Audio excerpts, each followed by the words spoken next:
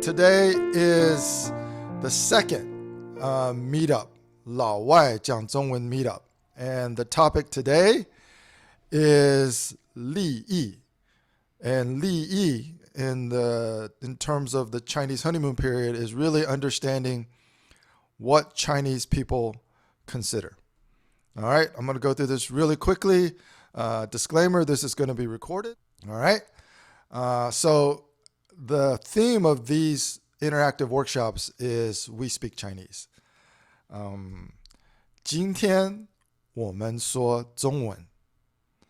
And we're going to do this bi-weekly. And the situation that we want to kind of present to everybody is this inability to communicate and get your point across, where one side says, 那不是我的意思. 那不是我的意思 is that's not what I meant. And one side is saying, 但我的意思是, but my meaning is.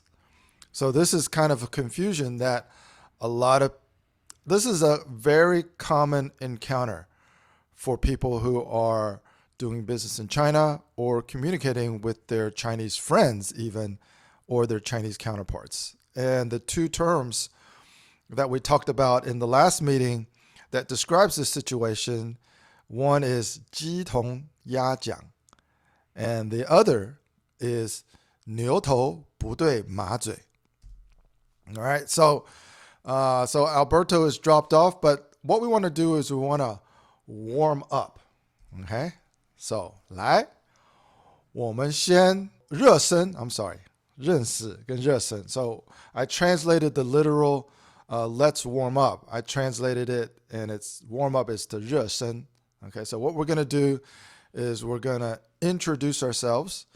You can introduce yourself in English, or 你可以用中文或者普通话自我介绍，或者你可以用双语, which means you can use a combination of Chinese and English. Okay, so since Alberto is dropped off, Juliet, why don't you warm up, 热身, and introduce yourself to our audience?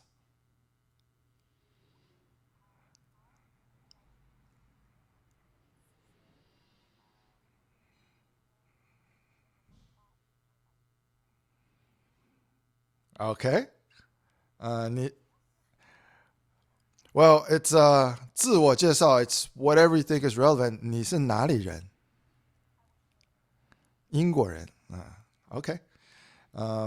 你在中国有去过吗? 很多次. 你对中国最深的感受是什么?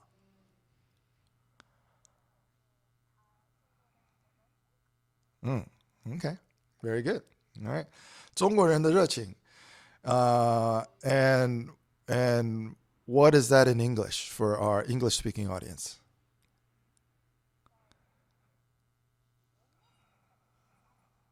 Warmness, enthusiasm. Perhaps, I always say, Chinese hospitality is one of the best in the world. Okay. So, one of the things that is important to understand is I think every meeting or every engagement in China always begins with a warm-up. Now, we call it a warm-up in this event. Of course, they don't call it a warm-up, but it's equivalent to a warm-up. It's how do we break the ice, as we would say in English, right? So you tell us your name, you tell us how old you are, you tell us where you're from. That is a warm-up. That's what we would call in English an icebreaker. And one of the things that I want to try to socialize here is, why is that important in our cross-cultural communications? And what are we trying to accomplish during our quote-unquote icebreaker or during our warm-up? And of course, we're talking about this is the context of doing business in China. Why do a warm-up, and what is its primary purpose? Juliet, you have any ideas?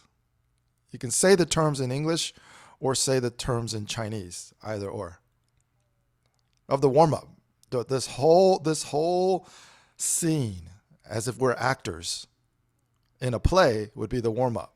Why are we warming up, and what are we doing? What are we hoping to accomplish? And what would be your personal purpose? Let's say you're getting ready to sit down for negotiations or even a job interview. What would be your primary objective during the warm-up period?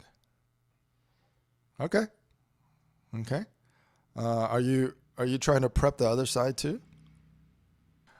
So what I wanted to do is I wanted to do two things in this kind of introduction. I wanted to kind of convey how important it is to warm up when you're beginning a new relationship or starting a new meeting or new engagement with your counterparts in China, but also to really kind of dig down deep on why that's important and what we're trying to accomplish. And I want to try to do that both in Chinese and English.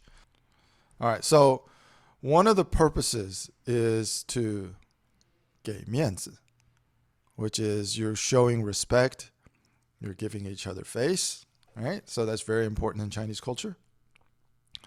The other is to get to know each other, to 先认识彼此. That's one of the things that's important.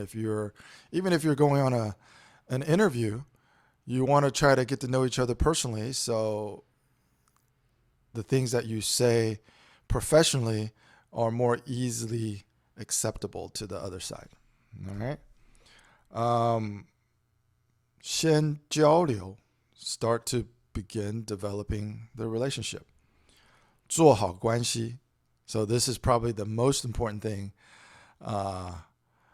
doing business in China, is to start to develop your Guanxi. And we talk about this over and over.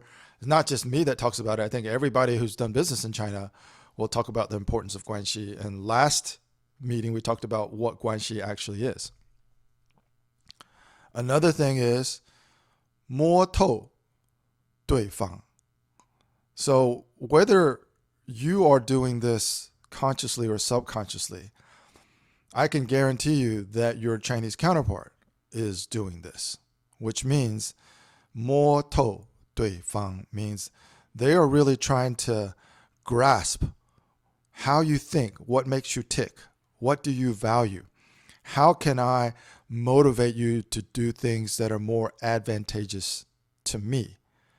And in Chinese, they're trying to 摸透对方, really understand what makes this person motivated to do whatever. All right. That's why a lot of times you experience that Chinese are trying to offer you all kinds of different things, right? What they're trying to do is they're trying to figure out what you enjoy and what you don't enjoy, what you like, what you dislike. And then once they have that insight, they're able to utilize that information to deepen their Guanxi. And this is a good strategy to use in the other direction too, is to 摸透对方. And then also 了解彼此. And I think, Juliet, you said that, to really understand each other. This is a mutual thing when you're having a meeting or an engagement. All right, so we went through this last time, but we've kind of expanded on this. So I don't know if you downloaded the workbook. So if you didn't, this will be more interesting if you haven't seen the workbook in advance. All right, so last time we talked about how do you say Mandarin Chinese in Chinese. All right, and Juliet, do you remember all the ways to say Mandarin Chinese in Chinese? Yeah, that's right. 中文, 华语, 国语. And then, of course, if you're doing business in mainland China, they just call it 普通话, which is the ordinary language that everybody speaks. And the reason that I think, so I guess I should just ask this question. Why is it called, you literally translate 普通话 to ordinary language. Why does China need an ordinary language or a common language? Exactly. So that's exactly right. So one of the things that's important that people forget is that China is not 1.4 billion people who all look alike, think alike, and speak alike. It's not homogeneous. It's actually, what did you say, 56 different 56 different provinces. They all have a different language. They all have a different food. And 普通话 is the language that kind of unites this 1.4 billion people to a common language, but it doesn't mean that they have a common culture. And food is so much about Chinese culture. Every province you go to has a completely different type of food. All right. And then one of the other things that we talked about that we're trying to gain out of these workshops is we want to, in English, develop soft skills to improve how we communicate and work with our Chinese counterparts. But when you think of soft skills, that also doesn't translate. So do you remember the translation for soft skills? Yeah, perfect. So that's the translation for soft skills. Now, one of the things that we really want to understand is when you want to try to communicate effectively with your Chinese counterparts, it goes beyond just what's being translated. So we may think in terms of soft skills in English and then say, okay, it translates into 软技能 in Chinese. But Chinese people would never think, I need to improve my soft skills. Okay, so what are they thinking about? They're thinking about how can I become 更厉害, more capable of getting things done? How can I figure out how to get things done? 想办法, right? Chinese people have really been, since very, very young, they raise their kids to try to figure out how to get something done. Right? If they can't do something, the parents will say, 你要想办法, you got to figure it out. So their equivalent to soft skills to get things done is just being able to figure out a way to get things done. And if you look at more recent vernacular, people who are very skilled at getting things done, they may just say 牛逼. That means they're incredibly great at getting something done, right? So there's a lot of different terms for that. And we really want to keep in mind, we have to start to think in Chinese in order to communicate effectively. Because right now we're just thinking about, well, how do we translate what we want to say in English to Chinese, thinking that if once we translate the words, the other side will understand what we mean. But that's generally a mistake to think like that. So that's why we're going through these exercises here. All right. Communication pattern. 沟通模式. Yeah, that's actually good. I don't know if that's what we used last time. Yeah. 沟通模式. So that would be the literal translation of communication patterns. But in Chinese, they're more likely to just think in terms of 交流, interact, right? Or they would probably talk more in terms of 合作, right? 合作 literally translates back to English as cooperate. But the way that it's felt is 合作, how we 合作, 我们如何合作, 我们的合作 is really our pattern of communication or pattern of interaction, right? So again, in this time, I've kind of highlighted more in yellow the more common vernacular that captures the meaning of what we might be trying to say in English.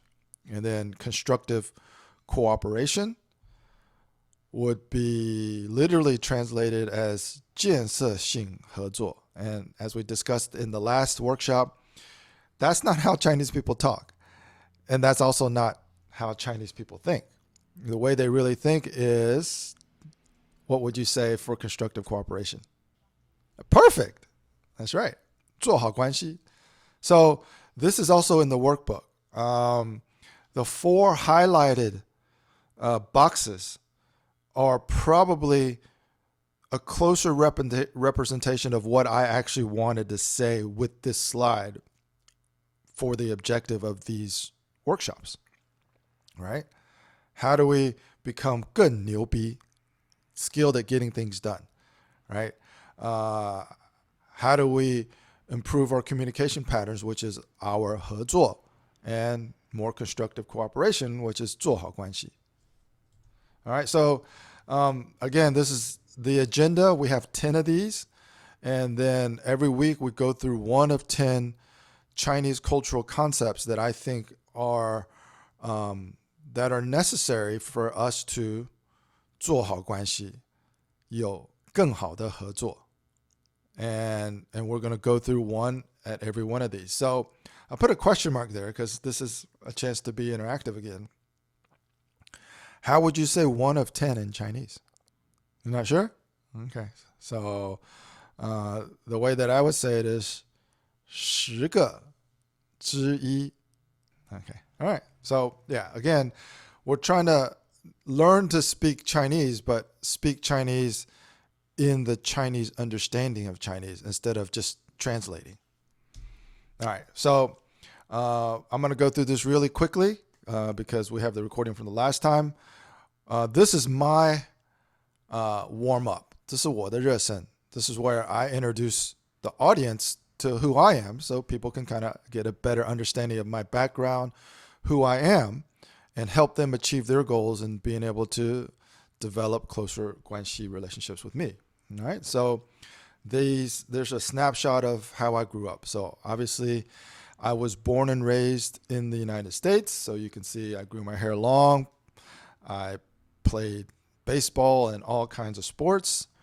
But the key thing to understand about my background is the environment in which I was raised was very Western. It was very Caucasian. It was the opposite of the experience that Chinese people may go through in their upbringing. And you can see in this picture, I'm actually the only Asian person on my soccer team. I'm actually the only Asian person on my football team. And so for the average American, it's reasonable to expect that we share a similar system of values. And for the typical or average person who was born and raised in mainland China, we probably don't because we grew up in a completely different environment. And that's an important background. And then more about so Chinese people love to hear, you may find that Chinese people ask a lot of personal questions. And sometimes Westerners feel, that's personal and, you shouldn't be asking that type of personal question. But for Chinese, it's cultural. The only way for us to deepen our Guanxi is to understand as much quote unquote personal information as they can. So this is my personal background. I am married. My wife is a lady from mainland China, but we met in the U.S. But you can see we got married at the DeKalb County Courthouse in Georgia. We had obviously our kind of Chinese honeymoon period, which is the theme of this book. And because of the environment in which I grew up is so different from the environment in which she grew up, the communication challenges that we have, the value differences, the cultural differences, the differences in habits and behaviors and priorities, it's a microcosm of what any Westerner will experience when they're interacting with their Chinese counterparts. And the key is, it looks great in pictures, 但是没你想的那么容易. It's not as easy as it looks. All right. And all relationships that endure, all relationships that are worth having aren't as easy as they look.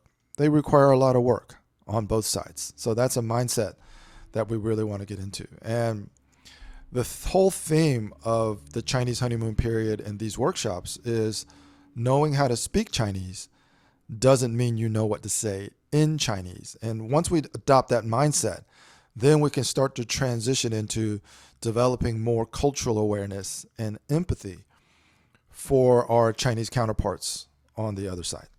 All right. And of course, again, this is the book. The song you were listening to at the beginning is called Between Two Worlds. And this is my experience of being ethnically Chinese growing up in America. And then what I have learned in my experiences doing business and also in my personal life and my personal marriage. So we're going to go through this really quickly. Last time we had a bonus content, and the reason that it's here is because now it's been added to the workbook. So if you wanted the information from last week, it's in this week's workbook. It's basically this kind of article that was written by the U.S.-China Perception Monitor that was written in Chinese and it was translated into English. And the question that the Chinese policymakers were asking is neutrality a good strategy? And of course, this relates to the war in Ukraine, between Ukraine and Russia right now. And it really is a microcosm of how Chinese people think, not just at a geopolitical level, but strategic ambiguity is generally what mainland China's policy or strategy has been since its founding in 1949. All right. And in Chinese, it would be 战略模糊. And this is one of the things that probably frustrates Westerners doing business in China the most, is they can't seem to get a direct answer to a direct question. Everything seems to be kind of like, I ask you a direct question, but you can't seem to give me a direct answer. It's very, very frustrating. And one of the things that we as Westerners should keep in mind is our frustration is actually putting us at a disadvantage, because it reveals a lot. It reveals a lot about how to influence our behavior and what we value the most, while seemingly we can't seem to understand what they value at all. So if you're in negotiations, it really puts you at a disadvantage because you're revealing all of this information and insight about yourself, and they're not giving any information away. So strategic ambiguity is something to keep in mind. One of the things that came out in this article is also Chinese pragmatism. Okay, so if you understand China pragmatism, then you also know how to incentivize and motivate the behaviors of your Chinese counterparts, whether there's employees that report to you or partners that are engaging in a partnership, business relationship. Pragmatism. Chinese people are very, very pragmatic. So in their calculus about how to respond to, NATO sanctions against Russia, they're going to be very pragmatic ultimately in how they choose to behave. And if you translate that to our individual relationships with our individual Chinese counterparts, that's something that's really, really important.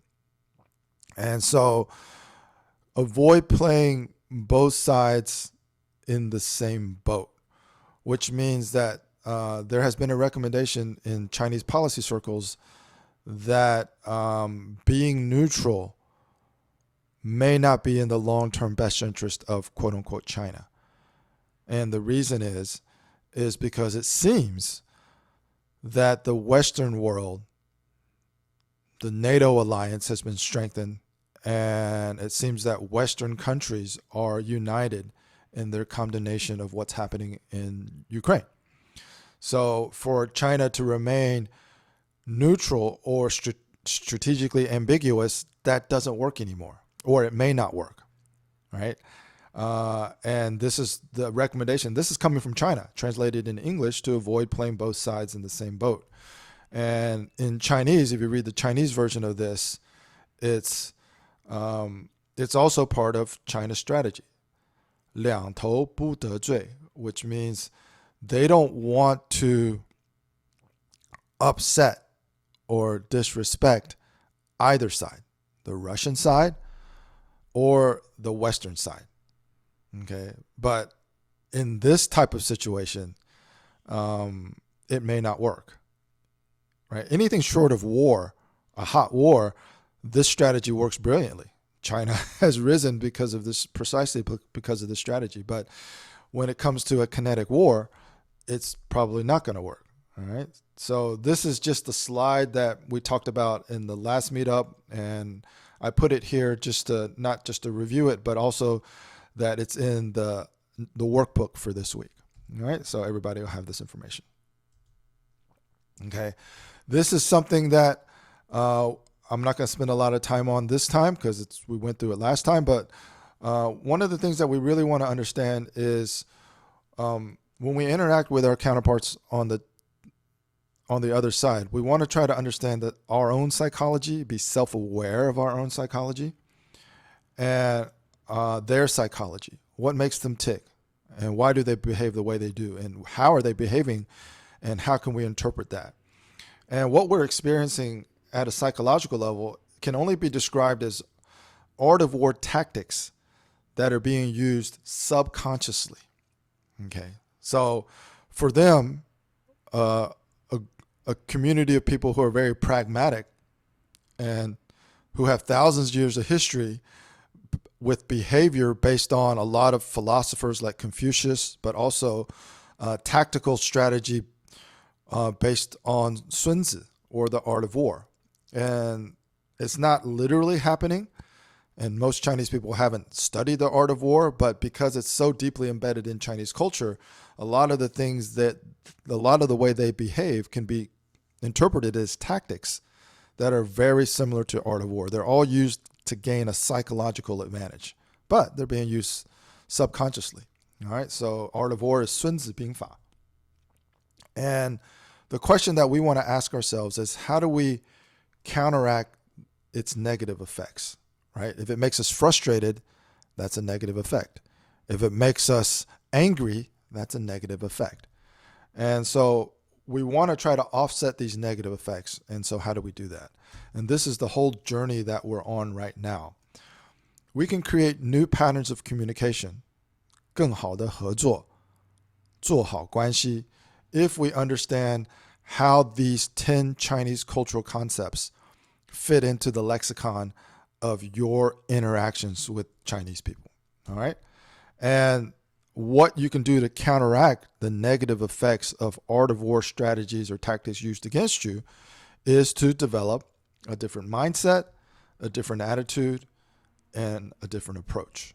So this would be Xīntài, 思维跟方法. All right. And last week, we began our journey with Guanxi, which is how they operate, and we're going to continue today with Lìyì. Now, we also talked about the overall objective. So this is going to be interesting. If you watched last week, where we said, well, what is our goal? Our goal is to 改变咱们交流的方法和默契. And there's a lot of words here. And again, it's a translation of how I think in English, and then I'm translating into Chinese. And then, of course, 交流 can also be interpreted as 沟通.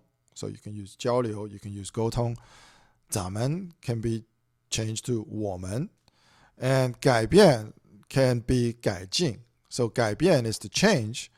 改进 is to 改进 is to improve. So improve how we communicate, how we interact. And 方法 is our approach. 默契 is our chemistry. Now, this is a lot of words. And if you really want to understand how Chinese people think, you break this down. So instead of 改进我们交流的方法和默契, it basically is just 改进我们的关系, improve our 关系. Instead of 改进 or 改变我们的关系, it's just 做好关系. So this is the only thing, this is where your mindset should be focused when you are working with your counterparts in China. It's not as complicated as the previous entire sentence that I just put on the screen. It's as simple as 做好关系. And we've talked about the breakdown of this term And now we've come full circle to really just say, okay, well, this is the only thing, this is the primary objective. If you can 做好关系 with your Chinese counterparts, then everything else that comes afterwards will be much easier. And that's the attitude, mindset, and approach that I'm really trying to convince everybody listening or participating to really understand. And then through the book, we have empathy exercises, and it's basically to develop art of war soft skills. And again, this is very English vernacular, to counteract all the negative effects of how Chinese people behave. We can call it they're using art of war tactics, but it's just their normal cultural behavior. All right. So today we're going to talk about 利益. All right. So let's get back into some participation. So Juliet, how would you kind of translate 利益? Yes. That's good. Have you ever had an experience where you actually use this word in your communication, or have you ever heard anybody use this word? Yeah, that's perfect. That's actually exactly right, because li is not something you necessarily say, it's something that you feel. And it's also something that's felt by your friend in China or your partner in China or your Chinese counterpart. Okay, so my definition, again, it's not a literal translation. It's just a practical definition. A way to understand how Chinese people think is 利益 is the perceived personal benefits of deepening Guanxi, right? So there's always a cause and effect. There's always a reason why. So if you want to understand, if you always ask, well, why is it so important for Chinese to deepen Guanxi? The simple answer was cultural. But behind it being cultural is because with deeper Guanxi, you will have greater perceived personal benefits. All right. And that is 利益. And now we're going to break this down the same way we broke down Guanxi. So, personal benefits. How would you say these two things in Chinese? Personal benefit, personal benefits. Yeah, good. Yeah, I think that's how I translated it. 个人好处. Yeah, perfect. All right. So if you put it together, it's personal benefits. 个人好处. Okay, but again, there's always a better way to say this than the literal translations of the words. So perhaps Chinese people are thinking 对我有利. Right? What is giving me the greatest amount of 利, which is advantage or power or benefit, right? And you'll notice that 利 is the same in the 利益 character, is the same 利. So personal benefit is basically just 对我有利. And when you communicate with Chinese people, what we're trying to do is we're trying to really dig deep into how they're thinking about their relationship and why they were choosing to deepen Guanxi. And one of the things is this term here, 双赢. And you will hear this term used almost everywhere. Okay. The Chinese, on a world stage, President Xi talks about mutual benefits of cooperation. They talk about win-win. Okay. When you're entering into negotiations with anybody in China, they will also talk about win-win or 双赢. The thing that we really need to understand as foreigners doing business in China is you're going to hear this a lot. Our politicians will hear this a lot. Our ambassadors will hear this a lot. But even as individual business people, we're going to hear this a lot. Okay? And the thing that we want to understand within the Chinese cultural context is 双赢or win-win is almost just like a 口头禅 which means it's just something that they say almost every time. It's just, they say it naturally. And win-win is what they say, but it's not necessarily how they think in a literal sense. They only think of win-win in the terms of how they can use it to deepen Guanxi, because their Lìyì, their benefits, ultimately come from deeper Guanxi. And because Guanxi is a continuous exchange of goodwill and reciprocity, when Guanxi deepens, the other side is also going to get more benefits and more goodwill. So that's why deepening Guanxi is a win-win, because that's by definition what Guanxi means. It's a continuous exchange of goodwill and favors and reciprocity. And so naturally, if the Guanxi deepens, both sides are winning. Because if both sides aren't benefiting from the relationship, then the Guanxi is not going to deepen. So you almost can't have one without the other. You can't have a win-win without deep Guanxi.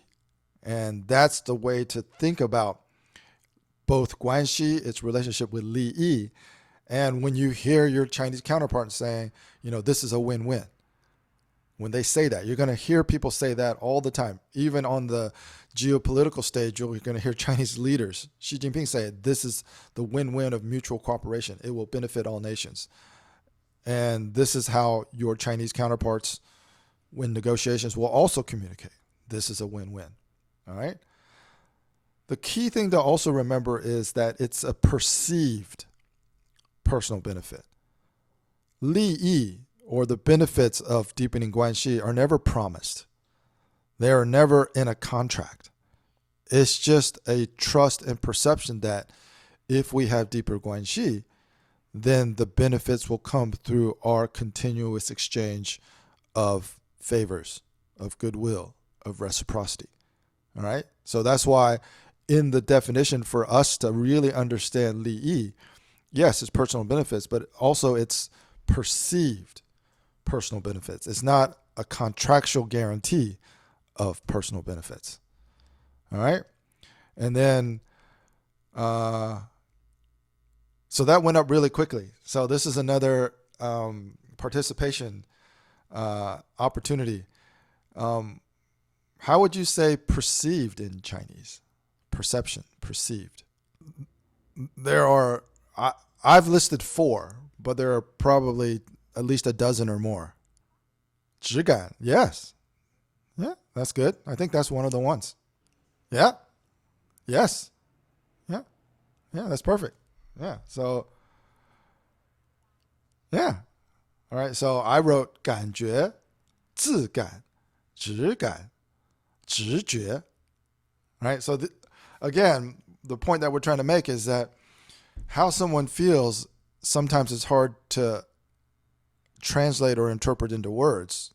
So it's more important to understand how somebody feels than how to translate how they feel. So these different ways to translate perceived would literally translate into sense, perceived reality, feelings, or intuition. You can see at the very top of the screen, those are the kind of the literal translations of the 4 different ways to think about perceived. But the point is it's not so much important what the translation is. It's more important what the meaning or the feeling is. And Lìyì is just a feeling of the 好处 or the benefits of deepening Guanxi. So there is a symbiotic relationship between Lìyì and Guanxi, which means that in a very pragmatic sense,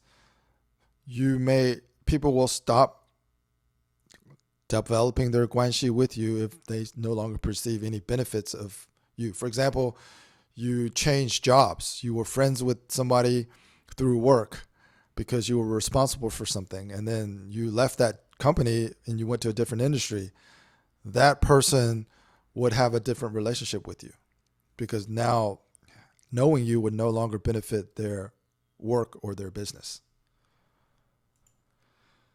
And that's basically to say that Lìyì is very practical or pragmatic. And this goes back to the bonus thing about how China is interpreting how they should respond to the crisis in Ukraine or the war in Ukraine. Chinese will respond in a very practical manner. They will be very pragmatic. Whatever is in their perceived long-term personal best interest is how you can predict how they will respond. Right? So we can kind of see China will probably have more benefits by being more aligned with the West than being aligned with Russia. Even though China has a lot of benefits of being aligned with Russia against the West. But that balance of which one has more benefits from a pragmatic sense is starting to shift. And then in your personal relationships with your people in China, you also want to really try to understand this is kind of how they think. All right, so this is getting close to the end. So chapter 2. So Julia, I know you got the physical copy of the book. Have you read through chapter 2 yet? Okay, perfect. Now, so we can go through some of the thought questions today. All right, so really quickly, Lìyì is the perceived personal benefits of deepening Guanxi. There are some things here. This is actually written, copy and paste from the book. So when you consider the pros and cons of any decision, how much weight do you give to the personal benefits you would receive? All right, so how much weight you would give is a way to think about this question in both directions. How much weight would you give personally, which is a way to gain more self-awareness, and how much weight does your Chinese counterpart give, which is a way to have more empathy. Right? So when you understand what they value and how they feel, and you're aware of your own priorities and feelings, that will give you a lot of insight on how to make the proper adjustments to your attitude, mindset, and approach. So weight, in the context of this sentence, what would be the Chinese equivalent? 重量. 重量is, yes, so 重量is how much something weighs. All right? 重量, right? Now, when we talk about weight, that's weight. If you translate it in that literal sense, it's 重量, exactly as you say. But I think in the context of what we're considering is basically priorities, which is 先后. So Chinese are trying to understand what I would prioritize. And 先后is what will I prioritize, what will I do first, or who will I support first, and who will I support later, only if it doesn't affect the primary, right? So 先后. Guanxi is based on the continuous exchange of goodwill and favors, as we just talked about. So quote unquote personal benefits are essentially the only consideration. Chinese people value their face above all else. So the perceived benefit includes contributions that directly or indirectly give face, respect, prestige, which isn't always measurable in monetary terms. Now, the reason that I wrote this is because there's a misperception that Chinese people are greedy and they only care about money. And the point that I always want to make is sometimes they care about money, but that's because that may be the only currency you as an, culturally ignorant Westerner would know how to respond to, right? Money may be universal, but there's a lot of things that Chinese people value more than money. And they include face, respect, and prestige. So goodwill is one of those things that we really want to translate. Really understand what do we mean by goodwill. Do you know how to say goodwill in Chinese, Julia? I wrote 四好诚意, right? 好处. So you got 2 out of the 3 that I have found. So that's good. All right. So then the final kind of phrase is Chinese think of their relationship or Guanxi in terms of Lìyì, which is what we just discussed, which summarize how two people perceive their Guanxi at present and the personal benefits of deepening it. So there's an important thing in this statement that I think I talk about in the book, is that one thing to understand about Guanxi is that it's dynamic. That means it's constantly changing, as is Lìyì, right? The benefits of deepening your Guanxi, based on the Lìyì considerations, is also constantly changing. As we said in the example, if you were responsible for something for one of your suppliers and you leave that company, you're no longer responsible for that, their Lìyì calculation would completely change, as would their likelihood to continue to deepen their Guanxi with you, because for them, in a pragmatic sense, it's no longer necessary. All right, so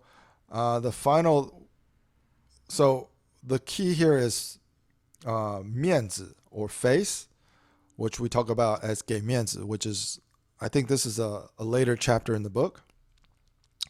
And then the key word that I think requires a little bit more context is deepening it. So the art of the exercise of deepening Guanxi. What would be a good way to say that in Chinese? That would be a good translation. In fact, that's the exact translation, 深入关系. But in the context of just deepening Guanxi, generally, I think we use 社交. Yeah. So again, sometimes it's really hard to translate meaning when you're just translating words. So we would just probably use 社交. All right. So this is good that you've read. Now, how far have you read? You finished chapter 2. Perfect. Okay. So let's just go through some of these really quickly. Did you actually read the empathy exercises at the end? Did you kind of? Okay. So let's just kind of see how these questions work. So recall, number 1, recall how you feel when you've been treated unfairly. And of course, you want to acknowledge that no two people perceive fairness equally. And the question is, how important is fairness in Chinese reciprocity?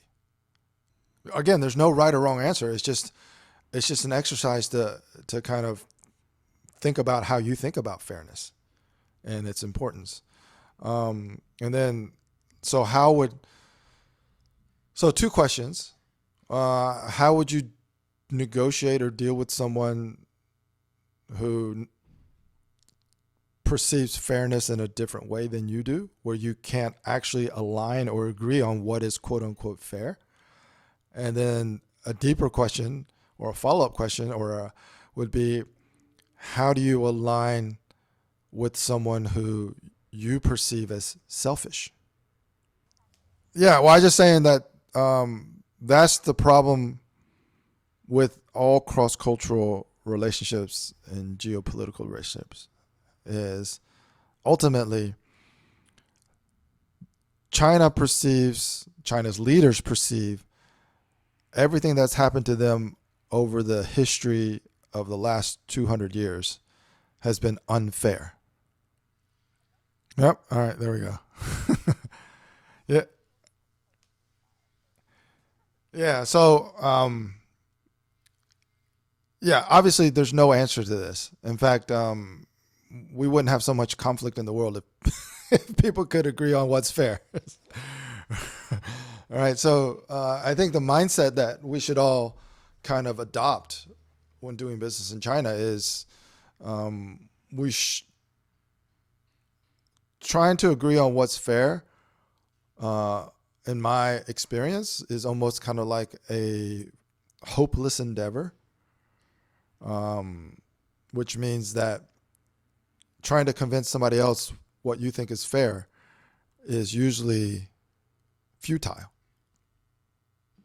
Okay, so, and I think every foreigner doing business in China, every politician trying to negotiate a peace settlement or a trade deal or whatever, it's just a bunch of, nobody ever thinks things are fair.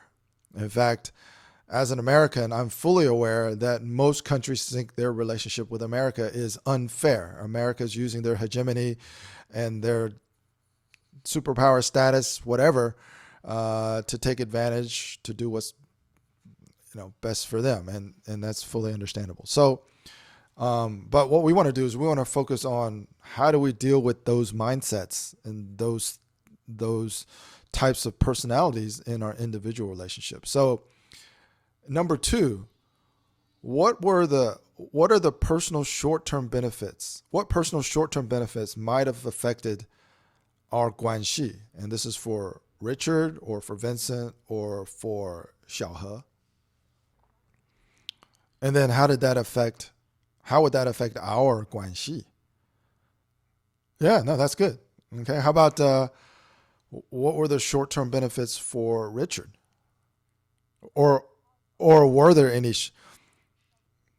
That's exactly right. Yeah. So you did read it. Yeah. No. No. That's exactly right. Yeah. Yeah. So there probably wasn't any short-term benefit for Richard. In fact,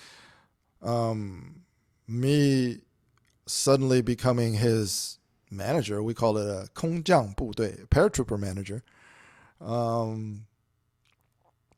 To him, it was a negative. Yeah. No, that's perfect. Yeah, that's exactly the sense that I got. And the real lesson here is that so many foreign managers, quote unquote, China expats, when they go to China, they're in that exact situation where I was in, where the people who are assigned to, quote unquote, report to them actually don't view any short-term benefits of their arrival, which means the mindset that you should have going in as an expat manager or a paratrooper manager is you have to demonstrate a lot in order to, in English we would say gain their trust, but in Chinese we would say in order to 做好关系 or to deepen the 关系. That's all right. That's all right. So yeah, that's perfect. So then when we go to number 3, the same question for those 3 individuals, Richard, Vincent, and Xiaohe. What about their long-term benefits? Yeah. So the real value of these 2 questions to a reader like you is to really start to think how they think, which is they're trying to think of, well, what are the short-term benefits and what are the long-term benefits? And another important point is when they're thinking about what they perceive as the short-term and long-term benefits, a lot of times they're wrong. And that's the point that I wanted to make with Richard. He didn't, as we talked about in the previous slide, 默偷对方, right? He didn't really understand. He didn't really take the time to get to understand who I am. He made an assumption, and his assumption was wrong. His assumption was, I'm very ethical, I'm very principled, so if Richard was doing anything corrupt, I would get in his way, perhaps even get him fired or get him in trouble. But what he didn't realize is I'm probably more empathetic and understanding of his behavior, and we could have found which is chapter 10, we could have found a face-preserving way to transition everything where everybody continues to extract more benefits out of this employment or relationship. So that is actually the number one complaint of, so McKinsey did a survey of I think 200 foreign companies in China, like Microsoft and Apple and GM and Ford and Volkswagen. And they surveyed the human resource directors, the HRDs. And they said, what is the number one challenge or complaint of working with local Chinese employees? And the answer was that they lack a long-term view. Right? So they're looking at the short-term benefits more than they are the long-term benefits. And they're also misinterpreting what their long-term benefits are because, exactly. Yeah. I mean, everybody's different, right? So for Richard, it probably is it's almost like a numbers game. Statistically, most foreigners who are very principled are never going to tolerate any type of corruption, and they're going to misunderstand and misinterpret corruption. So it's better for me to try to figure out how to deal with this guy, maybe get him fired or whatever, right? And you could be a very principled manager and you don't want to deal with anyone who's corrupt, which means you should probably leave China, because your definition of corrupt doesn't mesh with Chinese culture and how they think and how they behave. Yeah. So the real suggestion for the expat manager, the foreign managers assigned in China, is to always try to find ways to make it easier for your Chinese employees, especially, to trust you. Yeah, it's extremely difficult, because what the Western manager is struggling with is, how do I convey our values and then incentivize them to own up to their mistakes, so to speak, which is almost impossible. All right. Number 4, we got 2 more questions. So what were the Lìyì considerations of those administering the Chinese driver's license exam? A lot of that. So another way to actually say what you just said, we'll put what you said I agree with. But what you said in the Chinese cultural context is the person who just said, well, you can go, why don't you go get an English translator? We can allow that. What that person received at that moment of offering me this opportunity is he gained a lot of face. He earned a lot of admiration and kind of respect from me as a foreigner, saying, oh, wow, thank you. Right? Yeah. So he gained a lot of face and kind of good feelings from that, which is kind of the ultimate goal of giving face, is not how you feel when you're giving other people face, but how you feel when other people. Yeah. And it's also a demonstration of your position of authority.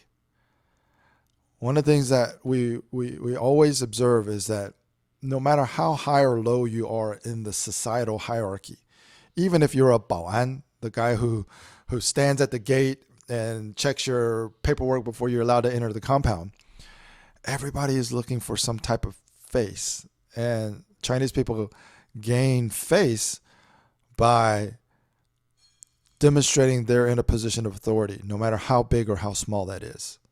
So even that administrator was showing off his authority, saying, I can allow you to bring in an English translator for your next exam. Right?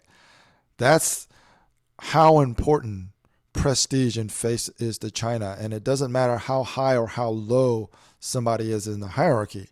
They all want that same recognition, because that's recognition is how their face is received. Right? So that's good. All right. So last one. What short and long-term benefits might I have received? So this is now we're talking about from my point of view, with deeper Guanxi with Xiǎngfǎ. Yeah, no, those are all good answers. I guess you haven't gotten to the actual benefit yet, where you haven't got to the story of my experience at the Big Bamboo. Okay, so that'll be very, very interesting for you when you get to that. I don't remember what chapter it's on, but okay. So just remember this question: the long-term benefits of deep Guanxi with Xiǎngfǎ. That will come up in a very, very interesting experience I had at the Big Bamboo. So just remember that when you. All right. So that's that is it. That is this workshop. So I'm really glad you're reading the book. So in 2 weeks we're going to be going through chapter 3. So you never got a Chinese driver's license? Well, that was many years ago where that route was available. Yeah. All right. Yeah. So to wrap this up, so here on this kind of roadmap to more constructive communication, communication patterns in China. We've now gone through how they operate and what they consider, which is Lìyì, and it actually is probably more than what they consider, it's what they value.